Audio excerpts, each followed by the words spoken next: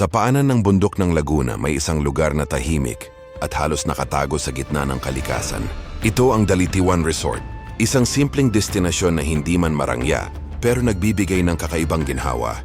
Napapalibutan ng luntiang kagubatan at tinadaluyan ng malamig na tubig mula sa Mount Banahaw. Ang lugar na ito ay parang isang natural na pahinga mula sa init at ingay ng lungsod.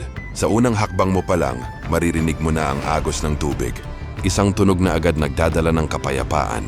Hindi ito artipisyal. Hindi rin ito gawa ng tao. Ito ay likas sa totoo. Sa loob ng resort, makikita ang kombinasyon ng ilog at pool. May mga bahagi na mababaw at may mga lugar na mas malalim. Ang tubig ay malamig, presko at malinaw. Isang paalala kung gaano kalinis at kahalaga ang mga likas na yaman. May mga maliit na talon na patuloy ang pagdaloy. Hindi man kalakihan, pero sapat para maramdaman ang lakas ng kalikasan. Para sa iba, isa itong simpleng outing spot. Para sa iba naman, isa itong lugar ng pahinga.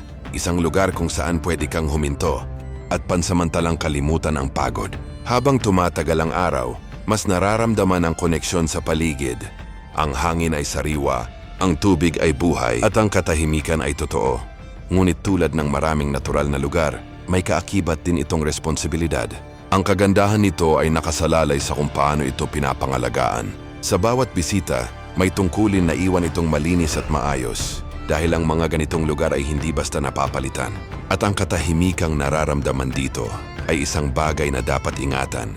Ang Dalitiwan Resort, isang simpleng tagpuan ng tao at kalikasan kung saan ang tubig, hangin at katahimikan ay nagiging bahagi ng isang hindi malilimutang karanasan.